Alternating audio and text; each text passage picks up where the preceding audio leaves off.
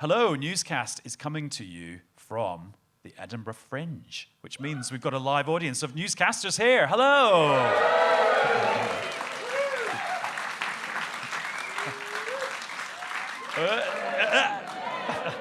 I'm doing that thing that you see the warm-up guys do for live shows where they get the audience to clap and then come down and then up again and then down again. Yeah, so we're at the National Museum of Scotland, which I'm ashamed to admit I've never actually visited. But I grew up in Glasgow. It's a long way away. It's like a whole 50 minutes on the train. And it's free entry. Oh, yeah. So it's great to be here at this museum with loads of great artifacts, literally just through that wall. And we're right in the middle of Edinburgh, which is just going through this amazing period that it has every year in August, where just the best actors, comedians, musicians, performers, and audiences flock to the Fringe, the Book Festival, the Television Festival, the International Festival. There's so much going on. And, I mean, you can see, I don't know, five at the Film Festival. Thank you. Down in the front row. Or you're playing charades. Okay. There's so much to see. And it's the sort of place where you can kind of do 15 things in one day and still feel that you missed out on loads of things. So it's great for Newscast to be here. And we're going to do some shows that will feel like Newscast, but will also feel a little bit different as well because we've got a big audience and it's the summer and we're surrounded by loads of art and creativity. So maybe we'll be a little bit more arty and creative than we would normally be. But equally, if there's big news, we will still cover that as well and still do it in the Newscast way. But the first thing you're going to notice, apart from you can hear that I'm on a microphone in a theatre with loads of friends of the podcast, is that we've got some special bespoke Newscast titles. So you know the music and then the famous clips from the news, they have been reimagined by some friends of the pod who are the King's Singers, who go around the world doing great concerts to sold-out audiences. But just for us and just for you, just for this week, they've done a special version of the Newscast opening titles. Take it away, King's Singers. Newscast from the BBC. He has just compared me to the Fat Controller. Did I say that? I can't believe I said that. Next question. This is all for the benefit of Earth. I'm not personally a huge Sabrina Carpenter fan. I don't think I'm being rude. I like landscapes. Take me down to Downing Street. Let's go have a tour. Blimey. Live from the Edinburgh Fringe. Yay! That's actually the first time Oh, sorry. Hello, it's Adam in not the Newscast studio, but at the Edinburgh Fringe instead. That's actually the first time I've seen that, and it's, really, I wasn't sure it was going to work, but they have done a brilliant job, so thanks to the King Singers, and thanks to everyone who's joining us here today in the audience. And thanks to you for listening to this episode of Newscast wherever you are. Right, there is actually some news today, and we're kind of in the epicenter of it because it's Storm Floris, one of the most intense summer storms the UK has ever experienced.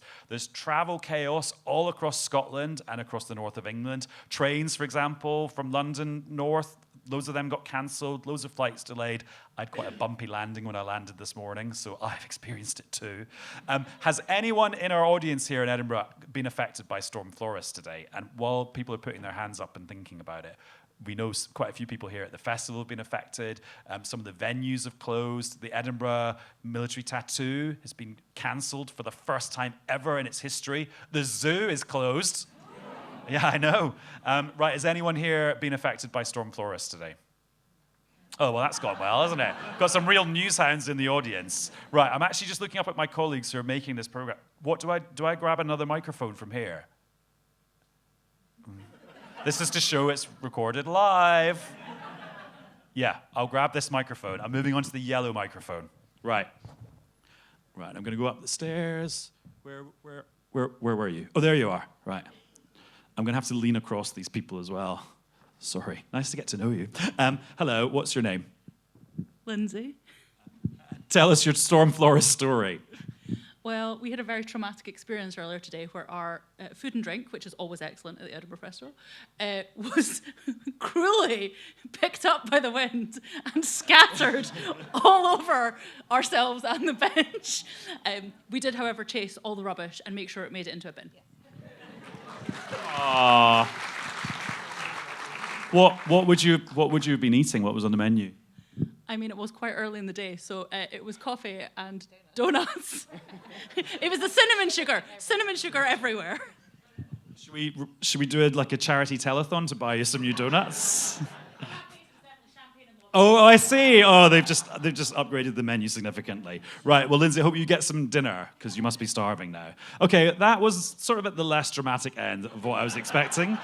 But then I suppose if the trains and the planes are cancelled, then the people who are really affected by Storm Floris might not even be here. And I do see a few empty seats. So that must be why. That must be why it's the storm. Right, I'm going to put this microphone back down because I'm going to now switch over back to this one. I'm going to introduce you to our special guests. Right, now I'm back on this one. So I'm going to introduce you to two people who've been on Newscast at various points in the last few years. One of them is a very well-known playwright. One of them is a very well-known actor. And they're collaborating here at the Edinburgh International Festival, along with the National Theatre of Scotland and the Dundee Rep, on a new play called Make It Happen, which is written by James Graham and stars Brian Cox. And they're here.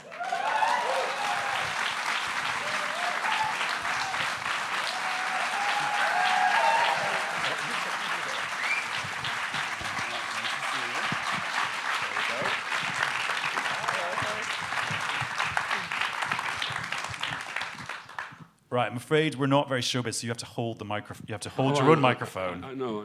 Okay. I know. We have one in the show, don't we? We do, yeah. Except I held it that way. Is that a creative choice? I thought this was for the handle, for the handle. Right. Well, thanks for coming along, you two. Fine. Brian, because you're doing a show, like you're on stage in 2 hours. What's your routine? What? What's your routine pre-show? I just turn up and do it. All right, okay.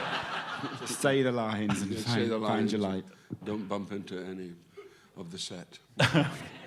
Good advice. James, would you like to give us the elevator pitch for what this play is actually about? What Sure. it is? Well, I'm afraid I think it's sold out, so this is a completely pointless pitch. But had you been able to see it, you would have really enjoyed it because it's about. So it's the story of the 2008 financial crisis, which sounds really fun, I know.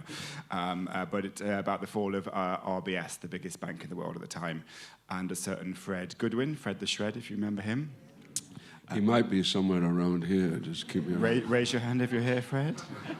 And I guess actually the idea was brought to me by the National Theatre of Scotland and our director Andrew Panton.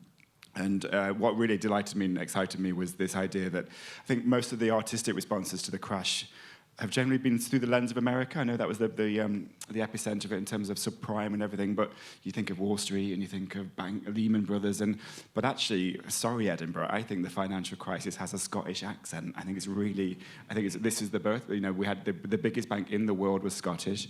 We had a Scottish Prime Minister, a Scottish Chancellor, and courtesy of Brian Cox, who came to me with this. The very idea of capitalism could be argued to be a Scottish idea 300 years ago in the form of Adam Smith, which is who Brian plays. Yeah, so Brian, just to explain how that actually works on stage. Well, James and I had a talk before, while you were writing, and I felt that the one missing element, it wasn't a missing element, I just suggested that somebody who should be included was Adam Smith, because I got so fed up of Thatcher constantly misquoting Adam Smith and getting him wrong, as most people do. And it's an understandable mistake because he wrote 2 books. He wrote the famous one, the one on economics, but he also wrote The Theory of Moral Sentiments, which was the first book he wrote. And he very much believes, as James has very clearly put in the play, that they're both linked in some way. You know that it's an inquiry. That he believed the second book was an inquiry into what the possibilities are, and in that way he was a much more compassionate man than perhaps he'd been led to be believed. And then we also had a bit of fun with him because of what kind of person he would be. So I imagined him as being slightly camp. Really? Yeah. Well, because he had a... It's a terrible thing to say. I don't take this the wrong way. You're say it, aren't you? But his father had died before he was born, and he was brought up by his mother. And there's a line, which is a wonderful line of James when he says, my father died before I was born. It was only my mother, And then he says, but she was more than enough. Right. So it's a kind. So I thought, and apparently there was some idea that he might have been. There's talk, yeah. I mean, Yeah. he was a bachelor all his life. Yeah, he was a Well, bachelor. they didn't teach me that at school. Well, yeah, but you they wouldn't do that. James, is the idea then that and cause this is the thing, right? So I booked tickets to come and see it before I knew you guys were coming on here. So I purposely didn't read anything about it because I wanted to be surprised. But then I thought, well, I need to research so that I can do good chat with you guys. So I've now learned all about the play. Is it that Adam Smith, though, is he like a ghost in it? Or is he a time traveler? Or is he in like a multiverse? Yes. All of them. All of that and more. Yeah. Well, actually, so when Brian said he thought Adam Smith should be in the show, I thought he meant his ideas. And it was only when we talked further I thought, oh, you mean literally as a ghost haunting the play? Like, I'll be honest, I originally thought that sounded terrible. But then the more I thought about it and the more we talked, I guess it takes what could be quite a very bland corporate setting play with men in suits in glass offices and elevates it to something more magical, realistic. So essentially, in a kind of a Christmas Carol Dickensian way, Fred Goodwin walks around Edinburgh, taking everything, growing the company, the biggest company Scotland ever grew, and believing he's fulfilling in a pure, honest way the ideals of Adam Smith and free markets, and then Adam Smith comes to him through the night and starts to torment and haunt him about how much he's got him wrong. And also, is it a musical? There is music in it, but So it is. Brian, you don't have a number. He does. I do. You I beg do? your pardon. Oh, yes. What is it? What is my number? It's a Kylie Minogue song. Which Kylie one? Minogue, yeah. Can't get you out of my head. Especially for you. Wow. We're not joking. No, it's not that. I'm not. That's the title of the song. I mean, it's not especially for No, you. you're not serenading me directly. Don't worry, I know Kylie's oeuvre quite well. Yeah. So do you do that as a duet with Fred Goodwin? I did it with Fred, yeah. Okay. Who is wonderful. This is Sandy Grierson who plays Fred Goodwin and gives, I think, a truly tremendous performance. And he is the central. I mean, Adam is just adjunct. He comes in and, I mean, the thing about Adam, of course, he's from the 18th century, so he has no idea what the 21st century is. So a lot of the jokes is discovering John Lewis for the first time. And he becomes obsessed with the idea of John Lewis and the range of John Lewis's goods, because nothing like that existed in 1750 or 40, whenever it was. So that's one of and there's a lot of nice jokes like that throughout, and that's what, to me, kind of made it very lively. And it's very. I've only got 5 appearances in the evening. It's the guy who does the work is Sandy as Fred, because that really is the work, in the play. I'm also seeing why the runtime is 2 hours 40, including the interval, because it seems like there's a lot in this and a lot of ideas. Yeah, it's value for money. You get your money's worth. No, I wasn't suggesting it's too Exactly. long. Yes, It it's could never value be for too money. long. Yes, it's absolutely. None of these 1 hour straight through. That's nonsense. But Yeah. And you would be disappointed anyway. You would. Is it true Laura Kuenssberg is a character in it? She is, yes, and Laura was one of the people who helped us in the research and things like that. And I guess it's an obvious thing to say, but I guess what as a writer I find these real life events can sometimes, if you're not careful, just be very sprawling and vast, and you always have to look for ways to sort of contain them and put them in a frame. And it was utterly delicious to me, just the idea, as I've already said, that this banking crisis, which was global. If you just see it exclusively through a Scottish lens, and just the idea that 300 years ago, the very ideas of free markets and free trade and capitalism were born in the streets of Edinburgh, and then 300 years later, they nearly died in these same streets, is really neat. So that's the highbrow thing. Then the lowbrow thing is just put loads of Scottish people in it. So we have obviously Alistair Darling and Gordon Brown and the Ghost of Adam Smith, but yeah, people like Laura Kuenssberg and other people do pop up to help tell our story. Also, the thing about it being so Scottish, when you drove from Edinburgh to Glasgow, you drove past the RBS Gokeyburn, HQ, yeah, right. and you drove past a bridge over the Joe carriageway that had the RBS logo on it. So it was almost like you were going into kind of RBS territory. That's how kind of entwined with the country it was. Well, it was the biggest company Scotland ever built, and you're right. There's the Gokeyburn. They used to be in a quite modest, not modest, baroque, beautiful headquarters in St Andrew's Square, if you ever go there. It's still now the NatWest headquarters. But instead, Fred thought that was too modest and built this huge kind of Versailles-like temple in the hills overlooking Scotland. And unfortunately, that didn't. That was. Some people may say that was hubristic. I couldn't possibly comment, but it's quite something.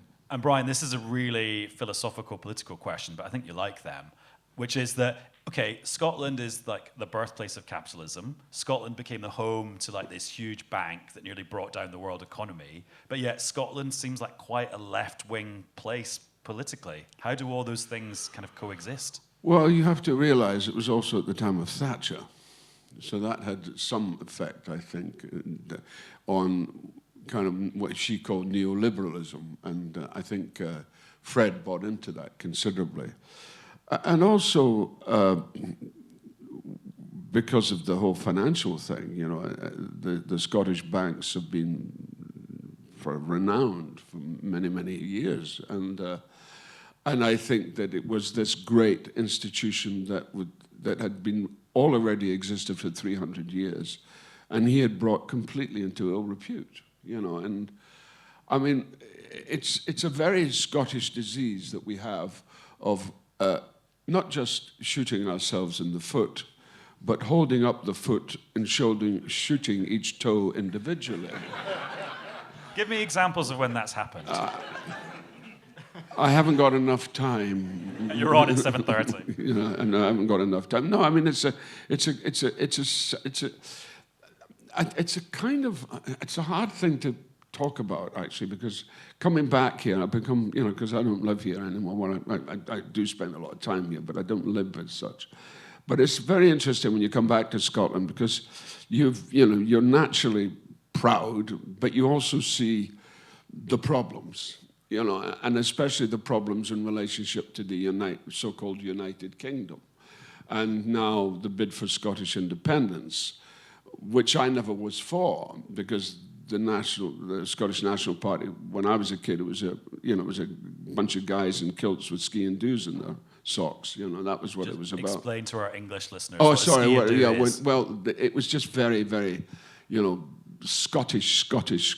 You know, it wasn't and it wasn't particularly socialist, which is where it's actually moved towards now. It's much more central to slightly left actually as a party, and it was never like that. It was quite the opposite, and it was, you know, all Scots Wahey and all of that kind of what I call bollocks, really. That had and isn't self-serving. It seems to be self-serving, and it is too self-serving in the wrong way.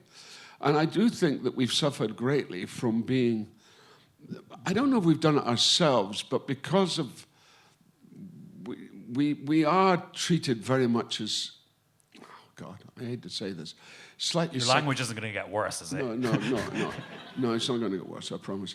Slightly second class, you know, we're an afterthought. I mean, it's very interesting when you walk around this museum now, tonight, I just walked around, and you see the contribution and the scale of the contribution that we have made. It's just astonishing for a small country of 5 million people, and what we have done is quite remarkable. But we never, ever, you know, we've got this wonderful thing that my mother used to say, you know, whenever I kind of celebrated something, she said, oh, if you wouldn't apply, you'd burst. You know, I'm going to let me explain that to the English. If you didn't give off on something, you would burst because you had held it all in, but it's not true. We've never really been very self-serving in that way, and I think we could afford to be a bit more self-serving. And that's what I love about James's play, because it's very honest, and it's a major play performed probably for the first time ever. A major new work has been performed about Scotland, written by James Graham, who is descended from the Claverhouse Grahams initially. So he's got a bona fide attachment to it. You know, that kind of work, you know, there's never been presented. And that's why this company is an extraordinary company. Andrew, and it's Dundee Rep, and working at the Rep, I mean, apart from the difficulty I had with Dundee, which is my own personal relationship with the city, it was just wonderful, just to watch this thing grow on a daily basis. And my role is very detached from really I mean, the workers of the company, I mean, I think they did 1 week, they did 85 hours because and it's very, very crafted, the whole thing, brilliantly by Andrew. So to watch them working was such an honor. And I realized we didn't blow enough. We don't actually give off enough and say, we can do it. And when you go around this place and you see the links to, I mean, I didn't even know we were responsible for building the initial engine that finally became the engine that fired those guys to the moon. I never knew it was based on a Scottish invention. So that kind of thing, and nobody ever knows about that. Okay. So that we tend to hide our light a little bit under. So basically, everyone should come to this museum then. The whole UK should come to this museum. Well, certainly come to this museum, but certainly come and see make it happen. No question. If it transfers. Oh, I don't think there's going to be any problem with that. Oh, so it'll be in the West End. Oh, well, that's killed it, Brian. Oh, sorry. I think there's going to be a massive problem with that. So. Let's see if you get cancelled after this podcast. James, I've been cancelled more times than I've hot dinners.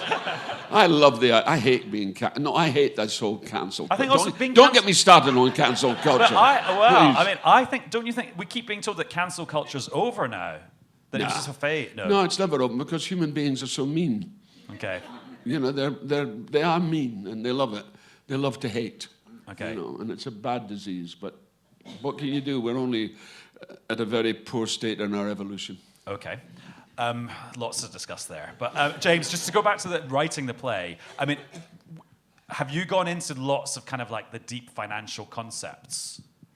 As in like the actual business models and like all that jargon we got used to in 2008, 2009, like but we've forgotten. CDOs and all that stuff. No, a little bit, but no, I mean, I feel like actually you always have to try and work out what is going to activate your drama, and it's often not technical information. It's about you, whether it's made up or a real life story, whether it's Shakespeare or me. I can't believe I just put myself next to Shakespeare, but so modest. Shakespeare or me. It's okay. Thank you. Whether it's me or Will, what we try to do is it's only through character wants and needs. I mean, Brian can't play subprime mortgages. He can only play what does that character want? What's my mission? What's my quest? What's my obstacle? So those are the kinds of things you try and look for. And we have this riff, I guess, even though the songs probably sound terrible, Kylie Minogue songs and the like. We have this riff in the show which is. It felt like just Edinburgh demanded a kind of mythic. Gothic, epic storytelling version of this show rather than something dry. So, the Athens of the North stuff, the monuments on top of the hill, which is called Edinburgh's Disgrace because they ran out of money because the bank was not paying for it. And this idea of disgrace and shame, but it having a Greek quality. So we have a Greek chorus that swarms through the play, and that kind of gives its theatrical language. But ultimately, I have to get inside the head of Fred Goodwin and go, what did he think he was doing? What was he facing? What was he fighting? What was his strengths? What were his weaknesses?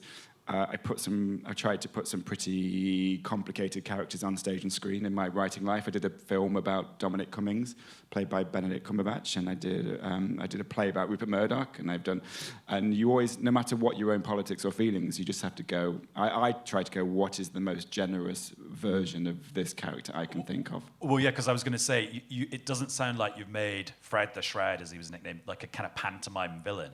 I hope not, because that's just really boring. And actually, arguably one of the problems with our response to the financial crash in 2008 was we treated him like a pantomime villain, and his face was on the front of the news. And I'm not saying that wasn't justified. The thing, he did destroy Scotland's largest company.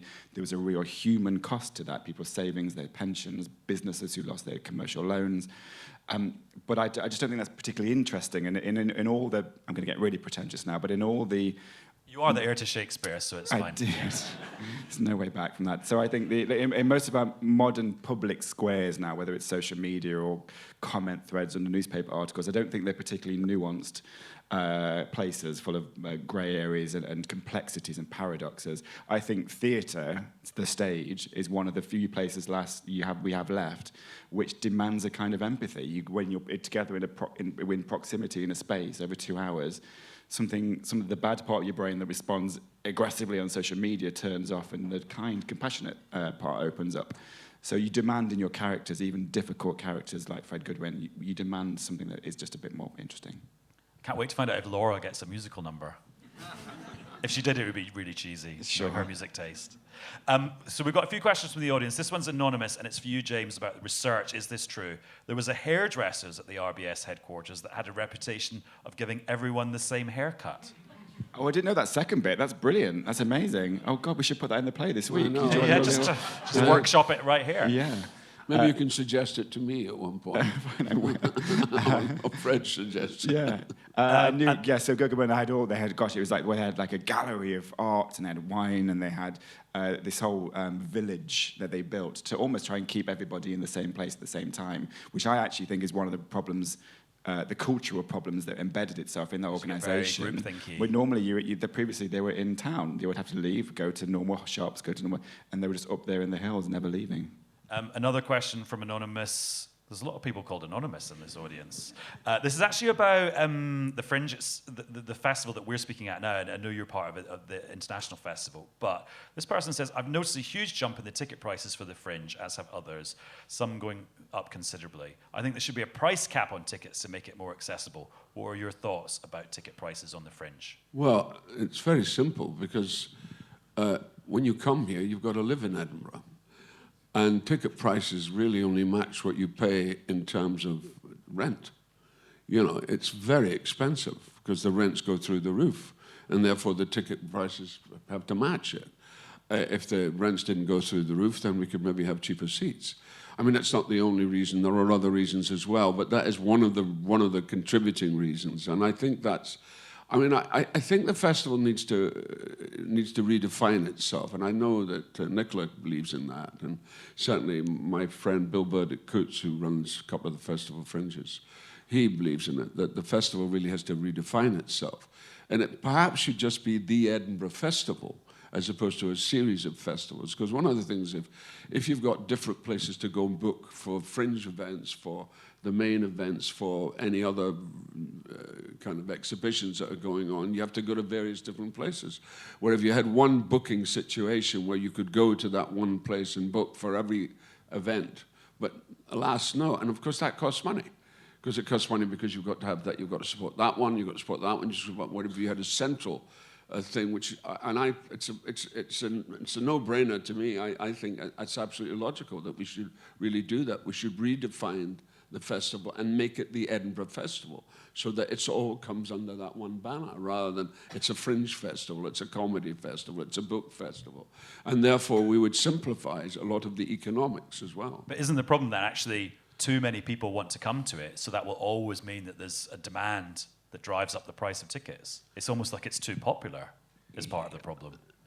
Capitalism, Adam Smith. But Yeah, no, I mean, I actually... Not the only Adam that knows how the world works. But I think Brian's right. I mean, I don't. The majority of people. I mean, I started here 20 years ago. The first ever play I ever wrote was in the back of a pub in a function room.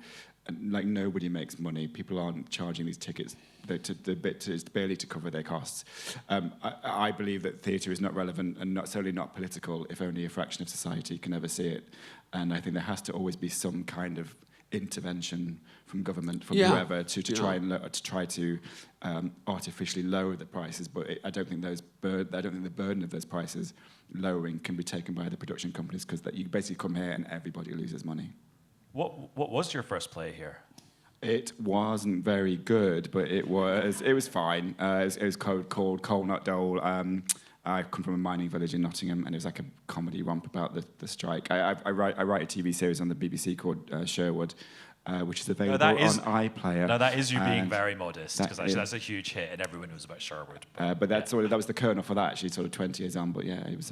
But yeah, it's the first time as a writer, and there is a sort of egalitarian democracy to the Fringe, in terms of if you can find a space and put a show on there, anyone can be a playwright, anyone can be a director.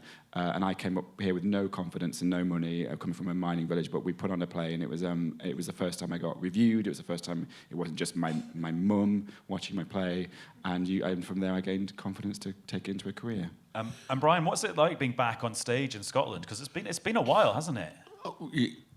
Yes, I think, I can't remember, it was 10 years ago, I think, was the last time. Yeah, I mean, I think it's wonderful to be back.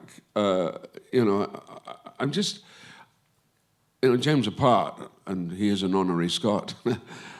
I want Scottish talent to be seen. And the one way to see that Scottish talent is seen is by turning up and sort of leading the charge a wee bit. And so I'm quite happy to do that.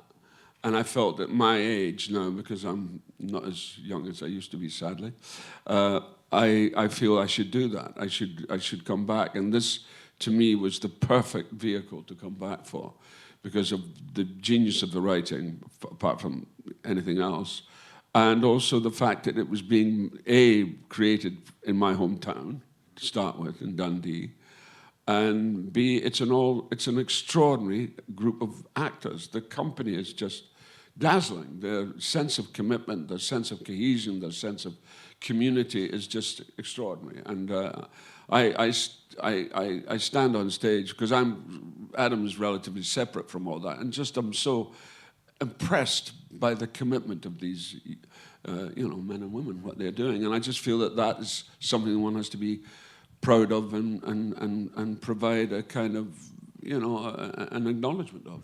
Can I ask you some questions that are unrelated to the sold-out play that you've been talking about? You've moved back you've lived in America for a long time, didn't you? I have, yeah. But have you moved back to the UK now? Not really, because I've got sons in America, so I can't desert them. And they're very brave, because they're dual citizen. And I offered them, I said, look, boys, you could easily, if you want, you can come back to the UK, But they've grown up in America, and they've grown up quite happily in America. And it has been relatively happy until the latest debacle. And they've said, no, Dad, we want to stick it out. And I have to admire that. You've got to admire it. I mean, I was, when I was a kid, America, when I was a wee boy, it was America, America, America. I was daft because of the pictures, because of the movies. I was daft about America. So it was somewhere I longed to go to, and I did. And for a while, I thought it was wonderful. But the problem about America and the problem about our job in America is there's no structure. There's no real structure. It's very ad hoc because they don't have what we have, a national theatre, or not just a national theatre, a national responsibility to the art. And I just recently did a play in London, which was, I think, a pretty good play called The Score, in which I played Bach and did very well. We sold out. And then American producers came, and I went to see it, and I had this, he shall be nameless, guy who's a fairly major producer, young guy, ex-actor, which is always suspicious. And he was telling me about how it's really not about culture, it's about entertainment, and I just thought, well, they can be hand in hand. They're not mutually separate, and there is nothing wrong with culture. There's nothing wrong with identifying a country's culture and saying what the strength is. And so were you sort of in negotiations about taking that play about Bach? Yeah, we were, to and then, of America? course, then they were so excited, and then they never got back to us. Right. And it's the usual bollocks. I'm sorry, that happens all the time, and when I come back here, I realize that for everything that drove me mad about this country, I realize, well, it's not as bad as you thought it was.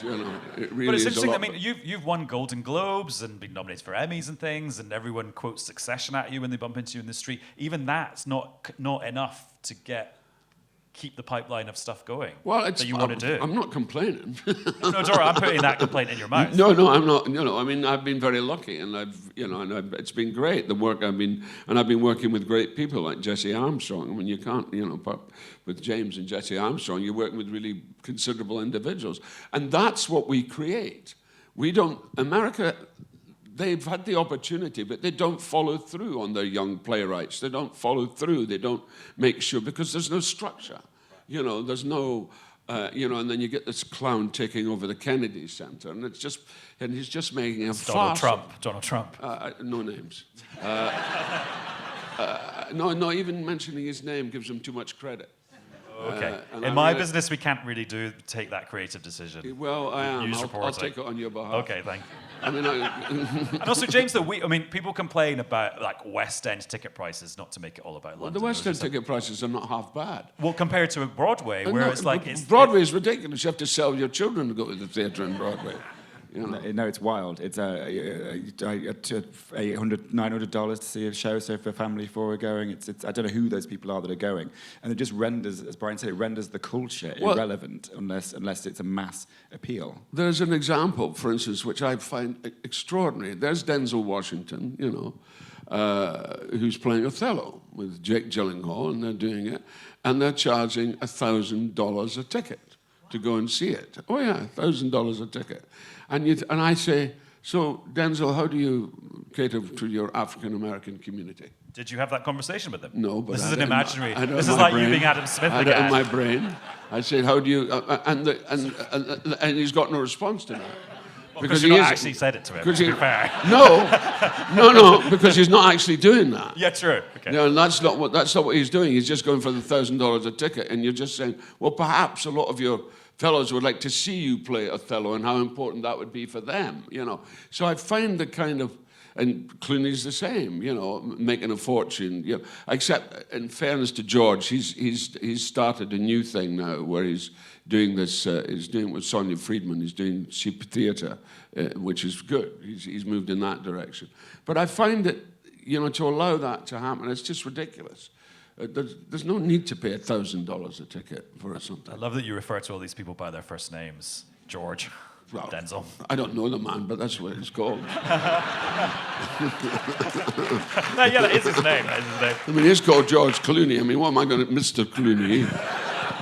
Oh, yes, and Mr. Washington, yeah. I don't think anyone would believe you if you put it like that. James, this is a very big philosophical question, but it used to be like, when I was growing up, like the pecking order for showbiz was movies first, TV second, music third, theatre like 15th or something like that. It feels like that whole pecking order is scrambled now because everyone's sort of moving into different mediums and kind of becoming really famous for doing things that maybe 10 years ago or 20 years ago would have been really niche. It's all a bit scrambled. Yeah, well, theatre's cool now, and I mean, I always don't think it was really cool, but it's certainly. Well, he's talking nonsense. Okay. He really is talking nonsense. The theatre's always been cool. I don't know where you're getting that. No, I never said it was uncool. No, I mean the theatre. I mean John Osborne, for God's sake. You know, our history of theatre is astonishing. No, just to be clear, I never said it was uncool. It would be clear. I talked about where it was in the showbiz pecking order, which is different. And I do coolness. where I would agree with Adam, and being diplomatic, is. Thank you.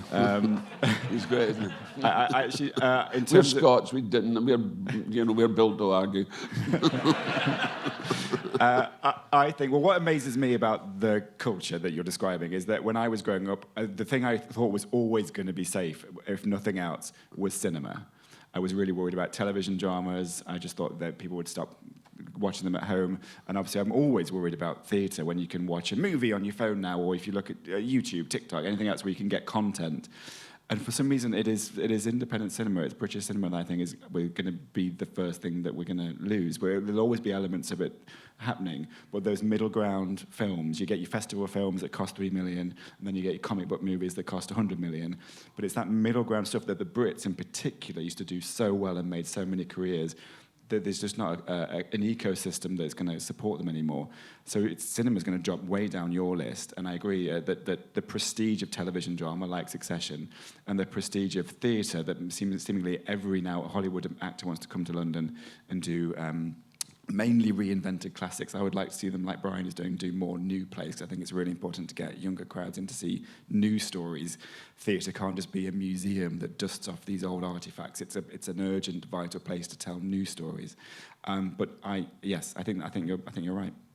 And Brian, I'm sure you're very proud of your work on the X-Men series. Absolutely. So, yeah. Good. Why are you laughing? No, I just don't know. I was... No, I mean, it's a living. You know, I mean, yeah, he understands.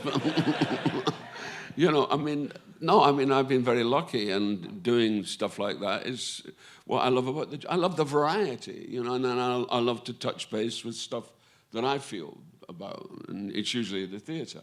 I mean, doing the show, doing Succession for as long as I did, which was great. I mean, I had the best time ever. But when I finished it, I wanted to get back into the theatre because I wanted to get my muscles going again, because sometimes You know, television's great, filming's great, but it's not as difficult, it's not as demanding as the theatre is. The theatre is where you know, it's like doing your 10 rounds in the boxing ring, you know, so I love the theatre. And actually, I wanted to ask you, this brings it back to the storm that we're all experiencing today, and I was like being very pretentious with my colleagues about, we should ask them about the greatest storm in theatre, which is in King Lear. And then I remembered, you actually wrote a whole book about when you were doing King Lear. Yeah, I did, yeah. Why was that such an intense? I mean, obviously doing King Lear is intense for anyone, but Well, it was somebody.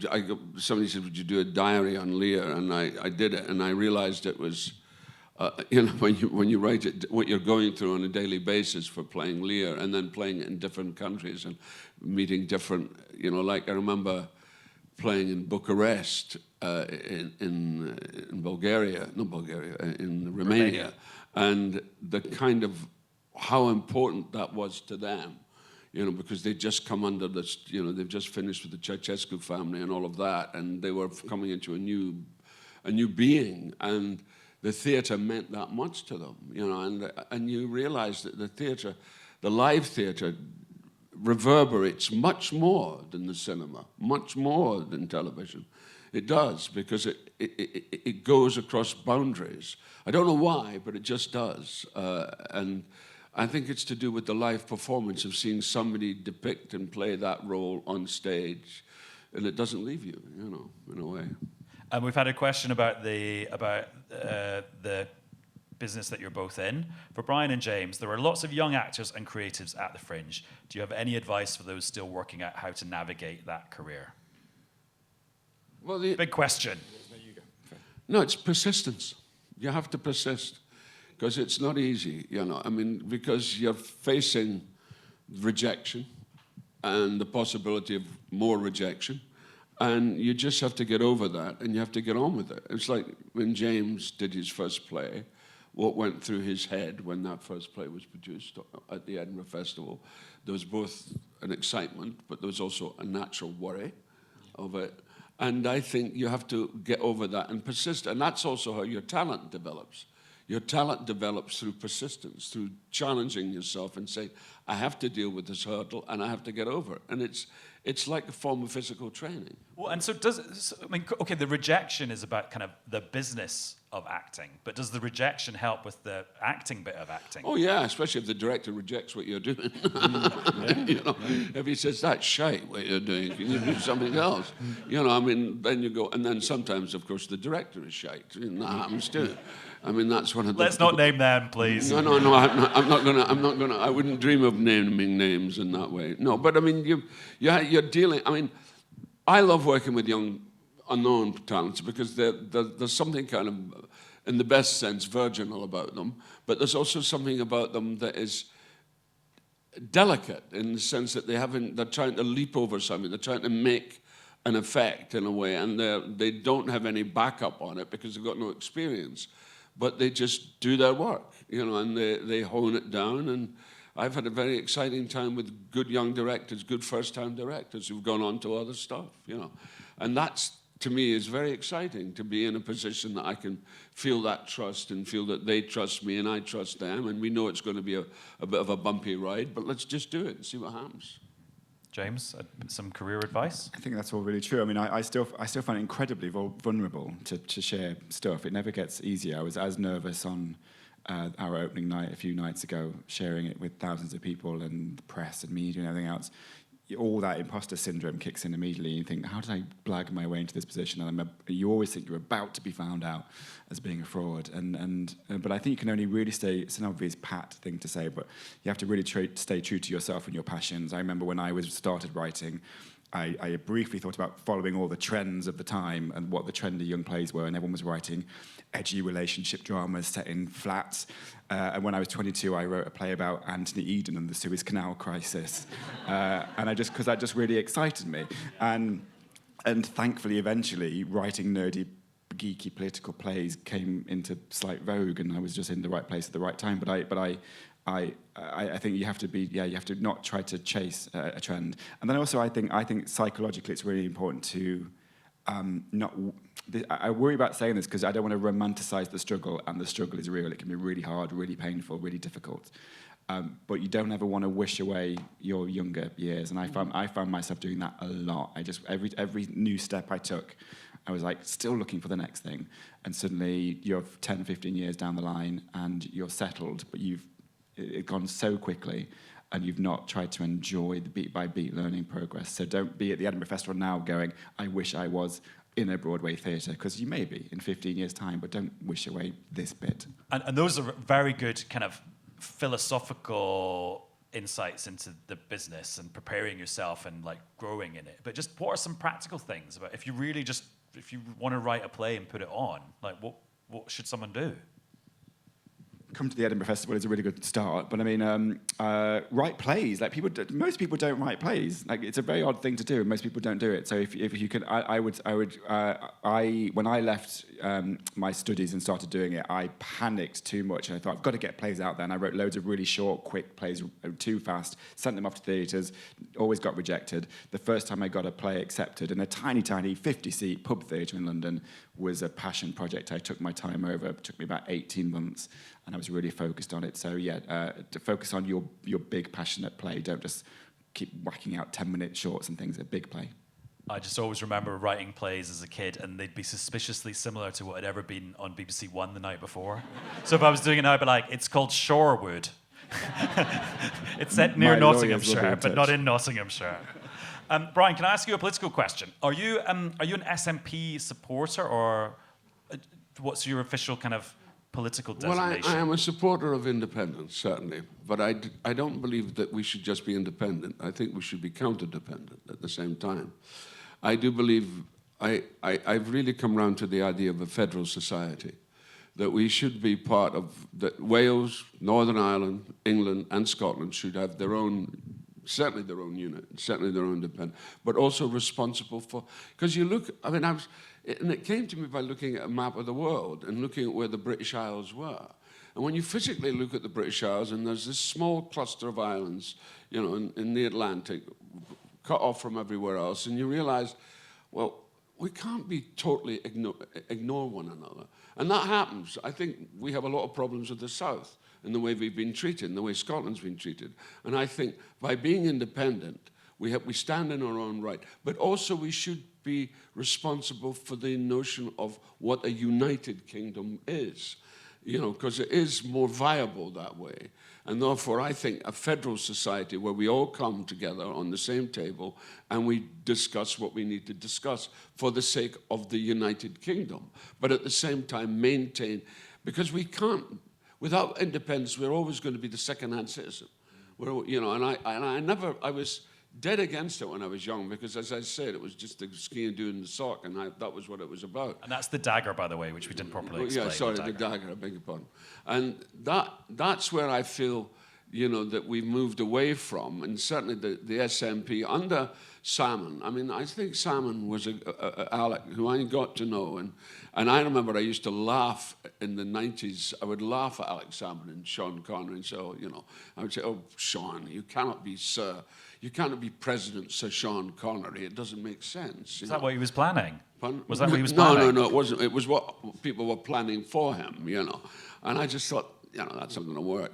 But I just thought that, you know, that I came around to, you know, very much to Alec's thinking. You know, he really was, his strong belief in Scottish independence was very, and he changed the party. He shifted it much more to the left than it had ever been before. So, and then Nicola, I just think we did a fantastic job. I don't like the word nationalist. I don't like that word. You know, I joined it because I was so angry about weapons of mass destruction. I was so angry about Blair's hubris that the party just lost the. Because I was the voice of Labour for the 1997 election. I helped to get them elected, you know. But I thought this was in their party political broadcasts. Yeah. And I felt that was going to be great. And then to see what happened in Iraq, and it was so obvious that Halliwell and the way Dick Cheney was manoeuvring it all, and Rumsfeld was assisting, and George Bush was sitting there as a kind of puppet saying, yeah, I'm going to do better than what my daddy did. You know, there was a lot of that going on. And I just thought, and then Blair getting caught up and sitting down and praying with him and all that bollocks. But just to bring it back to say, did you see the news that Kate Forbes, who is often talked as a successor as leader of the SNP, she's not going to stand at the next Scottish Parliament election? That's a shame. Do you have a view on that? Oh, I think it's a shame. She's a considerable person. I don't know why she's not standing. I think I think we've reached a, you know, it's hard. I mean, I think John Swinney is a really good man. I think he's a very, very caring individual. He came to see the show the other night, and did you give it 5 stars? Pardon? 5 stars What? from John Swinney for the show? Yeah, we did. Yeah, but it wasn't just. It was just the way he talked, the way he engaged with everybody in the room. I mean, his honesty and generosity was quite touching. I thought, this is a really good man. And we need good people. We've got too many bad people running the show. We've had them with Johnson and what happened in the Conservative Party. And we need some, and now what's happening in the States, and certainly what's happening in Israel and what's happening in Russia. We need good people who have good sensibilities, you know. Round of applause. Also, I don't know if I'm allowed to say this, but so Nicola Sturgeon's book is coming out quite soon, and she has recorded a very long, quite amazing interview with Newscast, which will be coming your way soon. And her book is called Frankly. Oh, I'm now sound like an advert. Available in all. Blah, blah, blah. Yeah, it's quite an incredible book, and she's very candid about her life and her private life and some of the stuff that she went through. And actually, it's a much more kind of personal book than a political book. And I think maybe some people will be annoyed that she's not more political in it. But it was an amazing book and an amazing interview, if I do say so myself. James, she's a very considerable person, I think. Absolutely considerable, yeah. James, I don't want to say, what are you working on next? And I'm trying to find like a cooler way of asking that. But I can't. So like, what are you working on next? And I've got to think of a cooler way to not go, well, I can't really tell you, but there will be a 3rd series of Sherwood, which we start filming in October. I did a play called Punch, which was a story about rehabilitative justice. That's coming to the West End in the autumn, and we're taking that to Broadway. I'm going over there this week, which is fun. That is a West End play where the producers are actually not going to take a fee for their work because it's based on a real-life difficult story, so we're going to keep the prices low, and I'm included in that as well. So just an example of how you can choose to keep your prices down. And then I'm going to do a musical, a film, starts filming in November. And which is? It's a film. Yeah, I know what the medium is. Yeah. It's like back to doing charades when you were doing charades. Exactly. What genre? It is historical, political.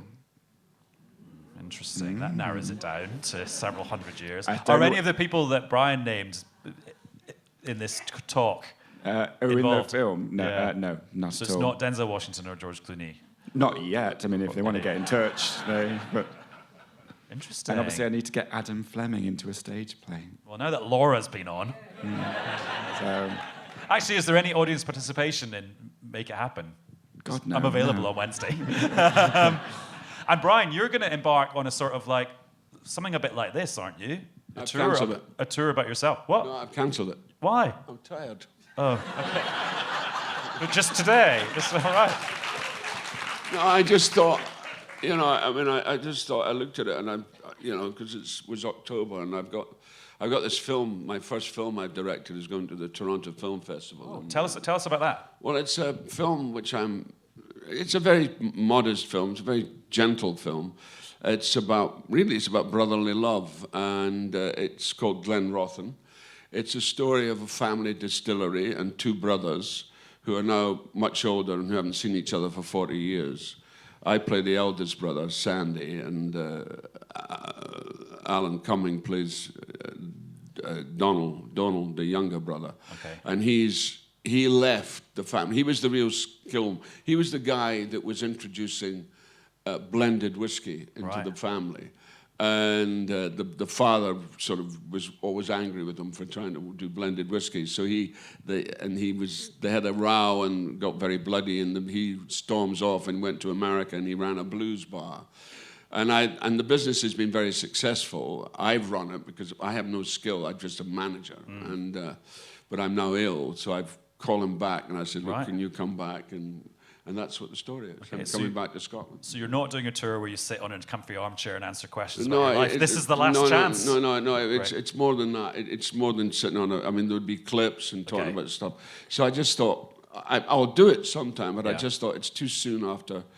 I mean, I've had a heavy year because I did Long Day's Journey last year, which was pretty exhausting in the theatre. Then I did the score, and then I've done this, and then I've done also a few things in between, and I'm off to do a film in Chicago, Boston afterwards. And, so it's been very busy, and I just thought, I can't be doing it. I'm just stop. Oh, well, it makes me even more appreciative of the time you've given us today. No, not at all, not at all. And thanks to you too, James. Thank you. I'm really looking forward to seeing the play on Wednesday. And also thank you to all the newscasters who came to see us in Edinburgh today. Thank you. And thanks to everyone for listening to this episode of Newscast. We'll Thank be you. back with another one very soon. Bye.